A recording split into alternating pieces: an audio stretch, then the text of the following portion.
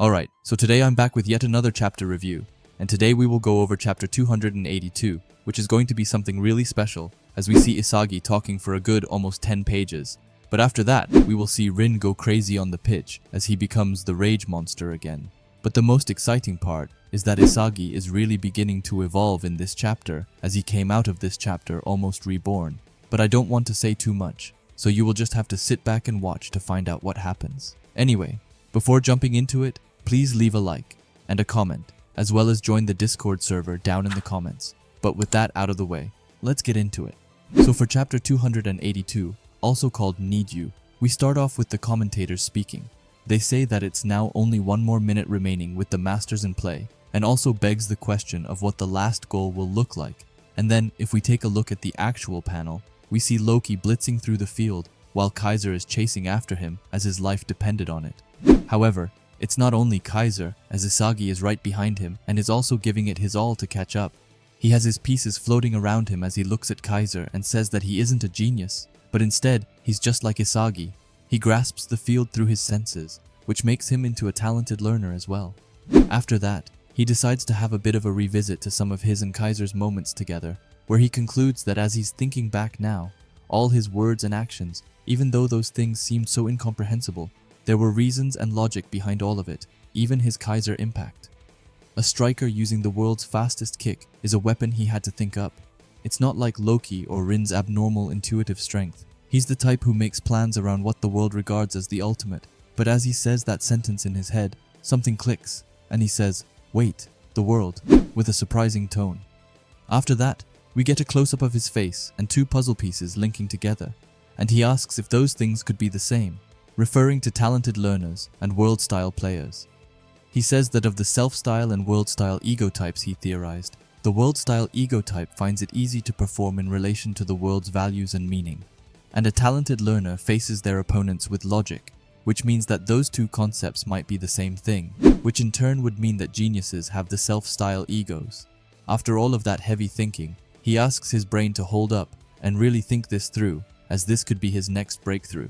He says that pursuing value and meaning in relation to oneself is what produces a genius's inspiration and unthinkable inventions, and then he looks shocked as he thinks that they have to be the same thing, and also says that this fits right into his analytical framework. All of this would mean that the world doesn't just revolve around geniuses.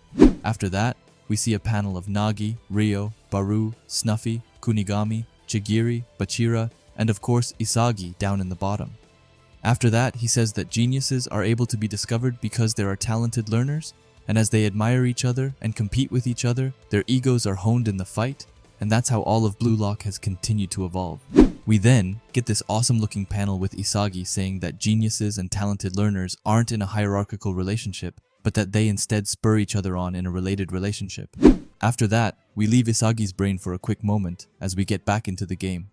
Loki is still in control of the ball and is advancing on the pitch at an astonishing speed.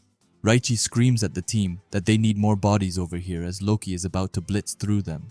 Hiyori says that he understands and that he is on it. Just then, Noah comes and tries to shove Loki to the side, but the master striker isn't folding that easily, as Noah's push doesn't even make him flinch. Isagi, who is a bit behind them, says that now that his head is clear, he's certain that he can do this, and continues by saying that up until now, he was trying to use the same insane methods as the geniuses. However, that would have never worked as he isn't one of them. He's breathing heavily as he thinks that geniuses and talented learners, self-style and world-style types, all of them have different ways of using their abilities. With this in mind, he knows that nothing will happen unless his talent and effort align. He looks at Kaiser, who honestly looks a bit lost, but anyway, Isagi thinks that he needs to think like a talented learner and wonders how Kaiser is able to hold his own against the geniuses. He thinks back to some of the earlier stages of the match and says that he started being effective in this match once he dropped his fixation on Isagi and the options he'd been using and instead started applying himself logically. That was the moment when things changed.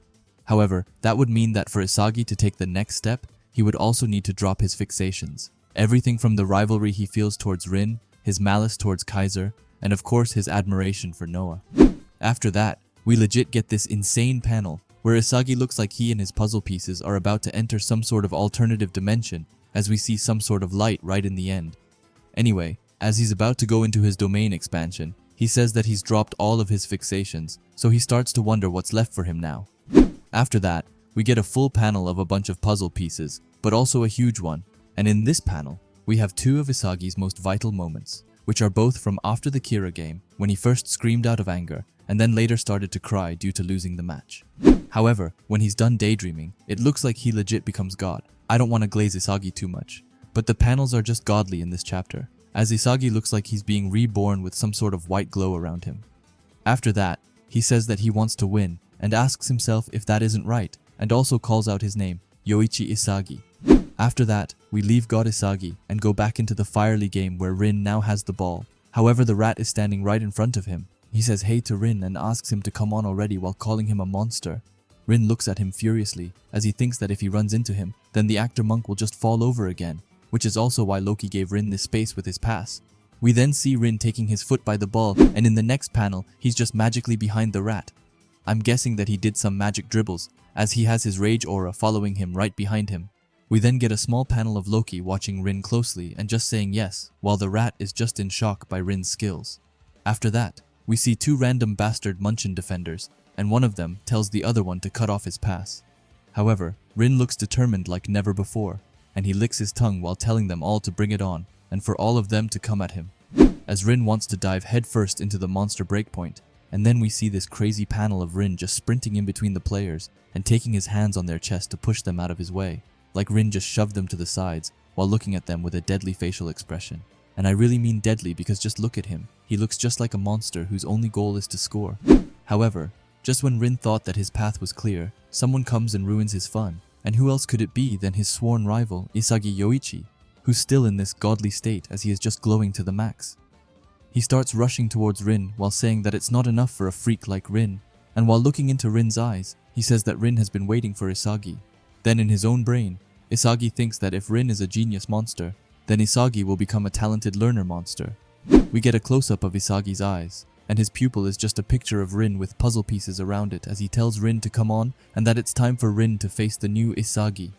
While Isagi is looking goldy, Rin is like always looking like a monster, as he has his spikes piercing through his back as he's coming with the ball. Now let's talk about this wild chapter. First, I also said this in my video where I went over the leaks. However, with only 1 minute left with the star system on it, it pretty much means that there's going to be a goal extremely soon, as I fully believe that the goal will take place while the Masters are on the pitch. Now other than that, it wasn't that much really in this chapter. We only had Isagi talking for about half the chapter, so that took up a bit. I can't hate on the rat being done over though, always happy to see that. But now what were these panels? Like there were so many panels where I honestly just had to sit and look at for a good minute, due to the fact that they looked absolutely insane, like the author really cooked on this chapter. And I'm going to have to take what he is taking, because this was out of this world. Anyway, I'm super excited to finally see a rematch between Isagi and Rin, and I can't wait to see which one of them comes out on top. I'm guessing that it will be Isagi, but who knows. And while we are on that topic, please tell me down below which one of Rin and Isagi you think will be the winner of this match. And if you like Blue Lock and videos like this, then I would highly suggest you subscribe to this channel, and while you are at it, leave a comment and a like, as it helps out with the algorithm a ton.